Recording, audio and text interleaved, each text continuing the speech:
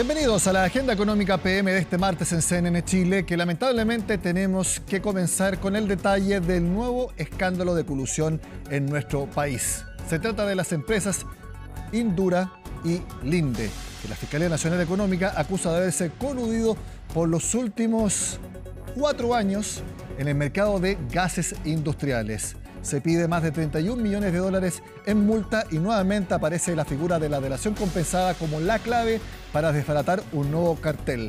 Por supuesto que todas las reacciones hablan de una crítica transversal a lo ocurrido, tal como lo cuenta Natalia Muñoz. Un pacto de no agresión y una relación de paz y amor. Así fue definido por ellos mismos el acuerdo entre Indura y Linde, ambas empresas acusadas por colusión en el mercado de gases industriales y medicinales. Quiero valorar el anuncio que ha hecho la Fiscalía Nacional Económica, sanción que se justifica por las graves conductas colusivas que habrían tenido estas dos empresas y para las cuales la Fiscalía Nacional Económica tiene evidencia sólida. Condenamos y rechazamos terminantemente la colusión y todo tipo de práctica anticompetitiva que atente contra la libre y leal competencia que debe existir en los mercados, la cual constituye la principal garantía para que los consumidores accedan a los productos y servicios a precios competitivos. Sí, yo creo que tiene que esclarecerse con mucha rapidez, porque sin duda malas prácticas dañan la credibilidad de los mercados, le hacen daño y por lo tanto deben despejarse. Condena que es transversal por parte de los diferentes gremios. La Fiscalía Nacional Económica acusa que ambas empresas pactaron entre 2019 y 2021 no disputarse los clientes para así impulsar un plan de incrementos en los precios.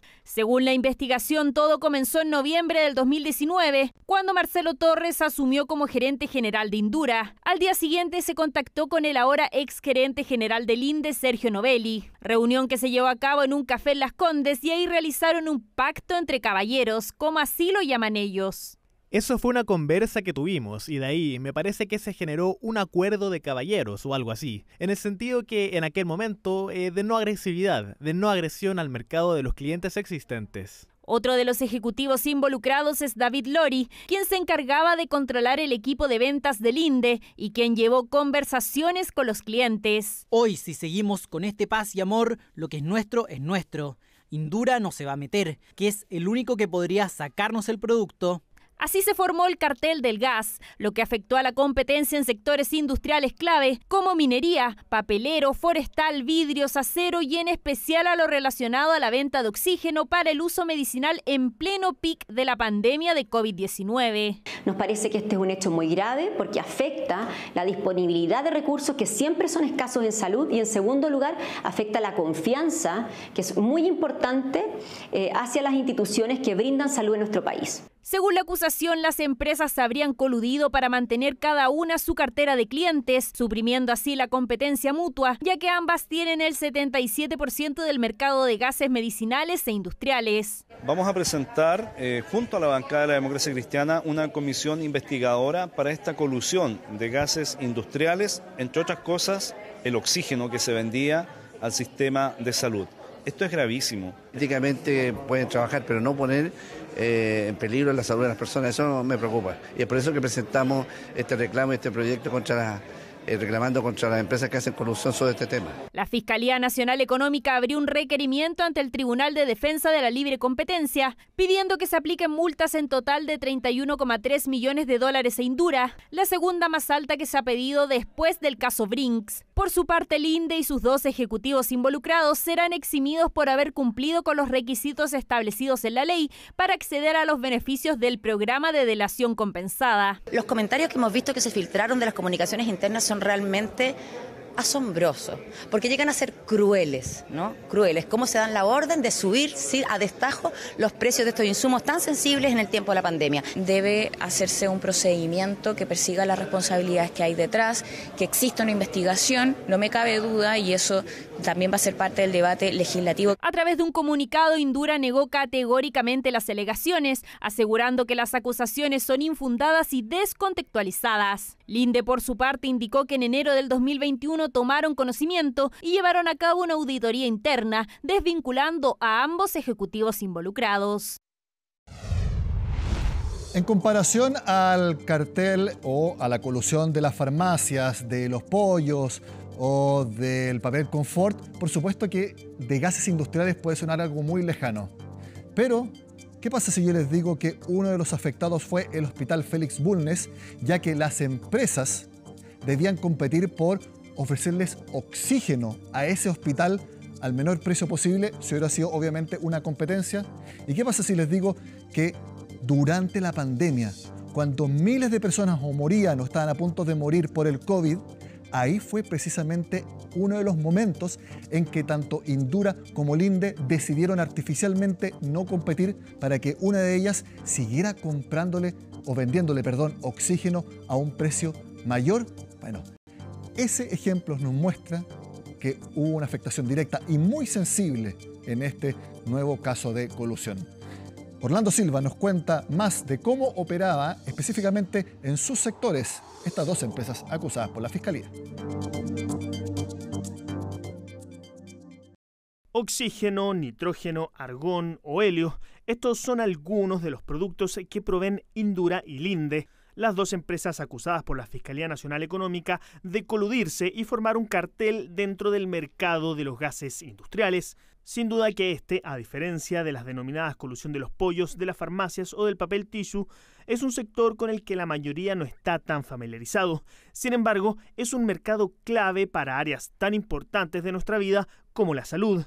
De hecho, ambas empresas jugaron un rol estratégico durante la pandemia. El elemento fundamental, hay anestésicos, inhaladores también, etcétera, pero el elemento fundamental que es crítico para las dependencias de salud es el oxígeno, porque los respiradores, las máquinas de anestesia, el oxígeno que usan las personas con una mascarilla o si no lo tienen, y los pacientes conectados a ventilación mecánica, un respirador, se mueren. Y esa fue justamente la compleja situación de miles de chilenos que durante la pandemia del COVID-19 murieron o vieron sus vidas en riesgo por los problemas respiratorios originados por el virus. Según la Fiscalía Nacional Económica, ello no impidió que Indura y Linde mantuvieran un acuerdo de no competencia que les permitió aumentar sus precios. El requerimiento de oxígeno, en particular durante el periodo de la pandemia, fue brutal. Y en ese sentido se produce una asimetría de poder y una oportunidad para que en situación de necesidad de la población se produzca desgraciadamente un aumento del precio exorbitante. Yo no tenía información de que detrás de este aumento del precio había también una colusión. Yo creo que el ejemplo de la pandemia es un ejemplo crítico donde las imperfecciones del mercado frente a necesidades extremas y enormes de la población permite que algunos inescrupulosos se aprovechen, ¿no es cierto?, y usen estos mecanismos. De hecho, uno de los casos relatados en el requerimiento es el del Hospital Félix Bulnes, cuando en junio de 2022, en plena pandemia, Linde se adjudicó una licitación para proveer de oxígeno y otros gases a este recinto, uno de los principales de la región metropolitana. Esto generó la molestia de los ejecutivos de Indura, quienes hasta ese momento eran los proveedores de ese servicio. Debido a esto, Linde se desistió de la adjudicación y el Hospital Félix Bulnes debió seguir pagando los servicios a Indura a un precio mayor. Ambas firmas son los dos principales actores en este mercado. El cartel tuvo un alcance general en el mercado de gases industriales, medicinales y especiales, sin ningún tipo de distinción.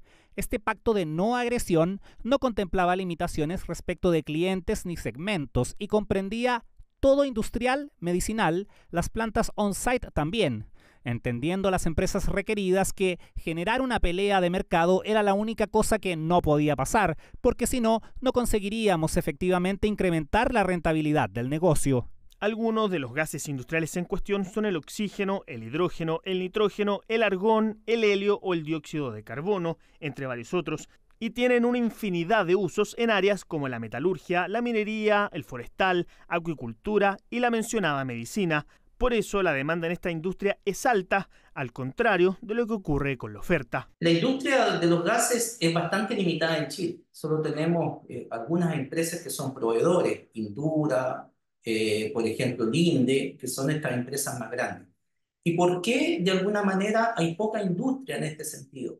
Porque la pureza de estos gases es muy necesaria, del orden del 99,9999 de pureza, porque se requieren para procedimientos muy específicos dentro de la industria.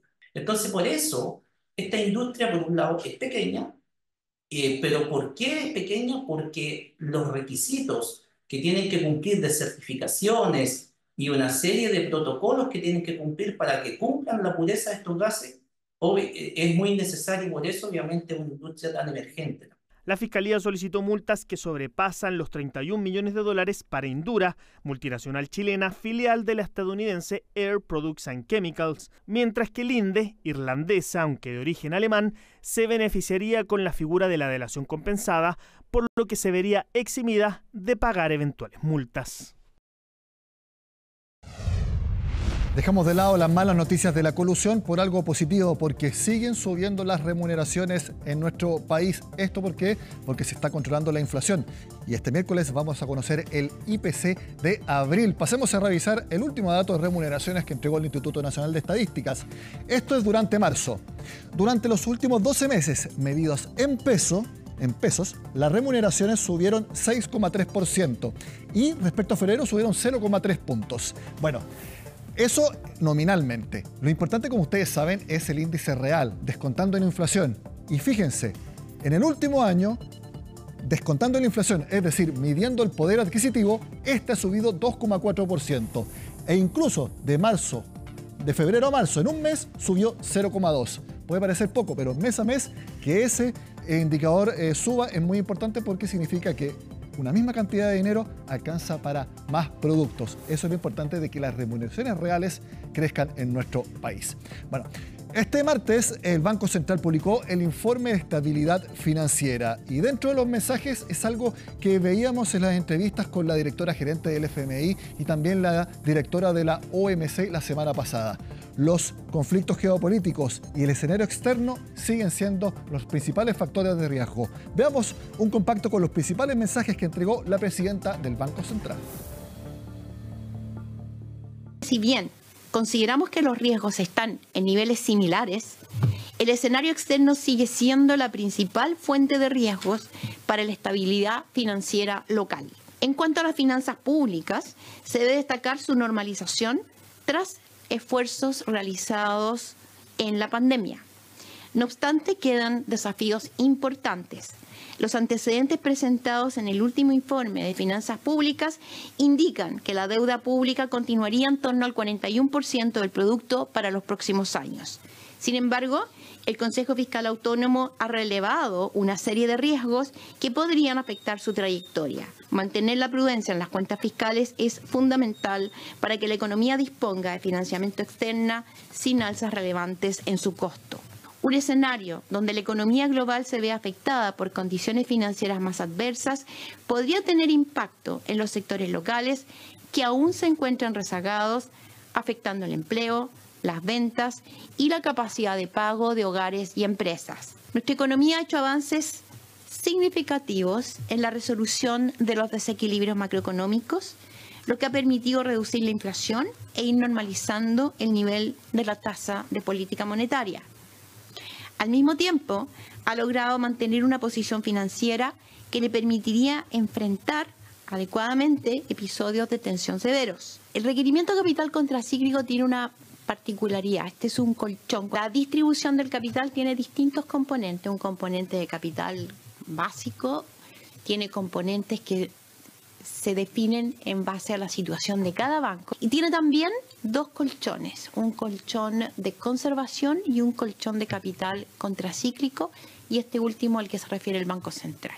El colchón de conservación es un monto de capital que cada banco dispone y que en circunstancias adversas podría usarse, podría rebajarse.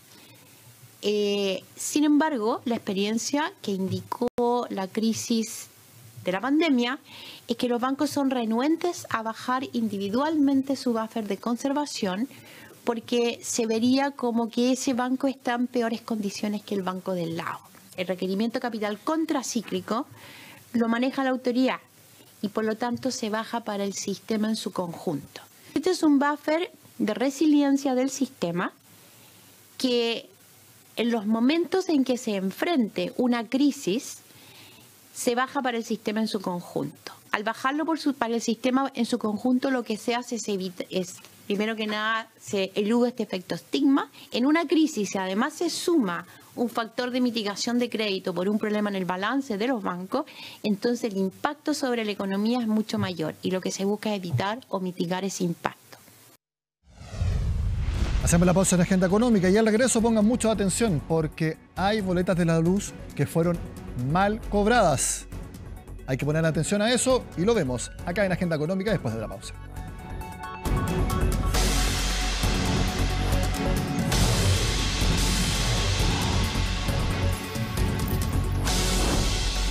Este martes, la Superintendencia de Electricidad y Combustible anunció que se aplicó una multa a CGE y a Enel por cobros erróneos en las boletas de la luz. Esto hace la siguiente pregunta: ¿cómo uno puede saber que nos están cobrando correcta o incorrectamente las cuentas de cada mes? Es lo que hablamos junto a la Superintendenta de Electricidad y Combustibles en el contacto junto a Agenda Económica. Superintendenta, muchas gracias por estar en CNN Chile. Hola, ¿cómo estás, Nicolás? Mucho gusto en saludarte. Muy bien, muchas gracias. Vamos a hablar inmediatamente sobre cómo uno puede saber si nos están cobrando bien la cuenta de la luz. Pero antes, cuéntenos, esta multa de 2.300 millones de pesos, ¿por qué se le aplica en específico a CGE y a Enel? Bueno, en particular, aquí lo que tenemos es el reclamo de algunos clientes que han visto y han notado en su cuenta valores que no eran los acostumbrados a pagar. Partamos de la base que los usuarios, los clientes de las empresas distribuidoras, tienen el derecho a tener una facturación clara, es decir, que se traduzca en que lo que consumieron es lo que tienen que pagar, ni un peso más, ni un peso menos. Aquí lo que vimos es clientes extrañados por montos de cuentas que no estaban habituados a pagar. Por lo tanto, aquí, segunda cosa a relevar, la importancia del reclamo. Cuando yo estoy disconforme con una acción, en este caso de mi compañía distribuidora eléctrica, es valioso presentar un reclamo. El reclamo es la forma en que el sistema tiene para saber que hay un problema y de esa manera puede identificarlo. El problema aquí, en este caso, es que clientes nos advirtieron sobre una glosa en sus boletas que decía CNR, que es un consumo no registrado. El consumo no registrado existe y está contemplado en la normativa cuando no se ha registrado un consumo efectivamente, pero tiene unas reglas. Y en este caso, las empresas incumplieron en esas reglas.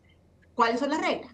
Bueno, primera regla es que cuando hay un consumo que no se registró por algunos meses, las empresas deben informar a la superintendencia. En este caso, no hubo una información a... ¿Superintendenta?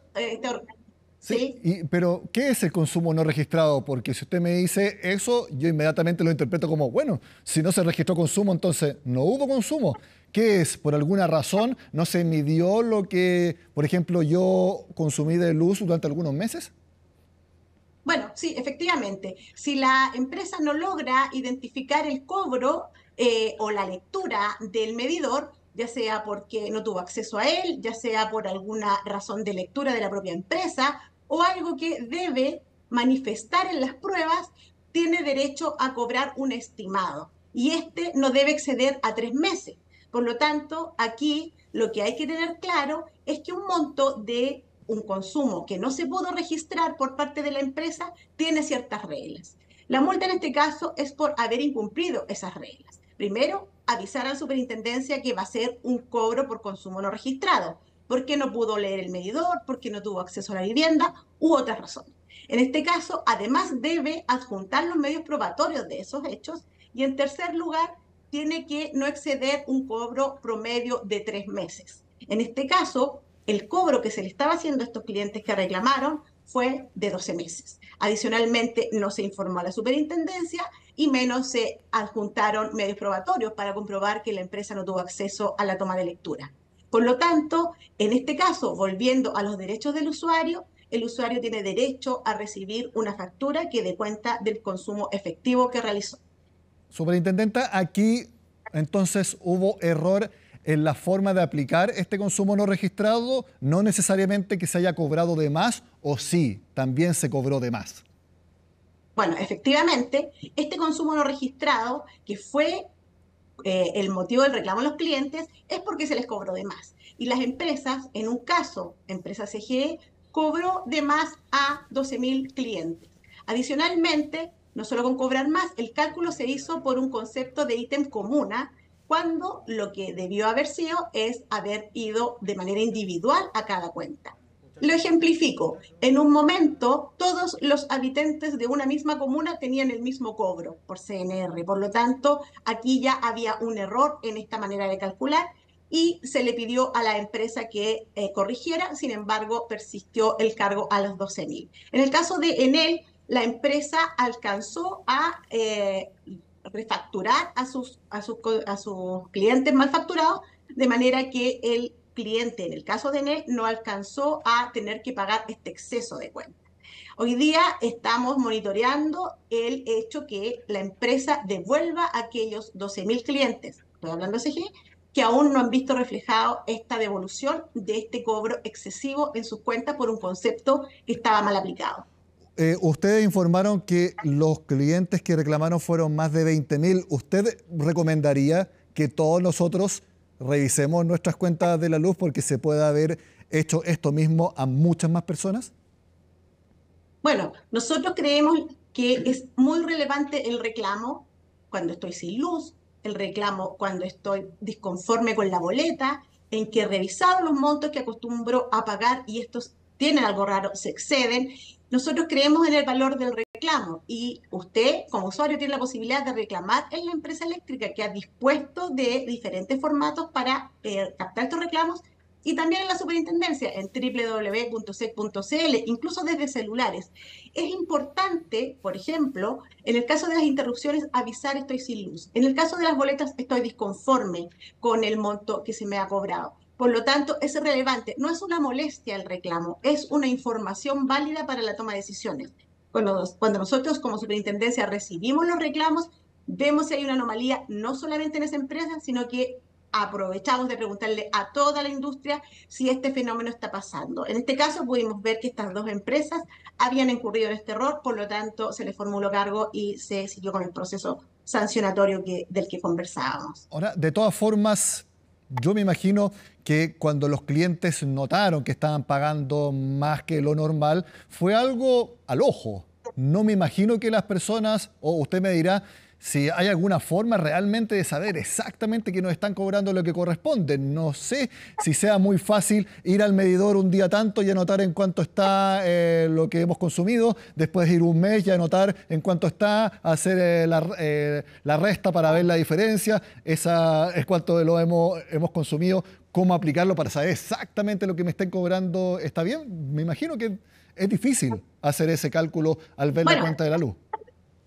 Lo que las familias hacen en general, Nicolás, es tener un concepto de consumo aproximado del que uno normalmente paga, ¿cierto? Cuando eso se excede, efectivamente debe reclamar. Adicionalmente, la superintendencia cuenta con modelos que normalmente estamos revisando para ver qué anomalías hay en el sistema de facturación. Por lo tanto, una componente importante es el reclamo que nos puede hacer el usuario, las familias, y otro componente es la propia fiscalización que hace la superintendencia y que en caso de encontrar anomalías, oficia inmediatamente a las empresas. Este es un rol que corresponde a la superintendencia, pero también creemos en la importancia del reclamo, y el reclamo, claro, para ver cómo yo veo una variación en mi cuenta, es porque las familias sabemos más o menos los ítems que acostumbramos pagar en los servicios básicos, ¿cierto? Por lo tanto, ahí hubo una alerta de una cantidad no menor de personas que hicieron el reclamo, y esto hoy día tiene en que hubo una corrección por parte de la empresa, pero también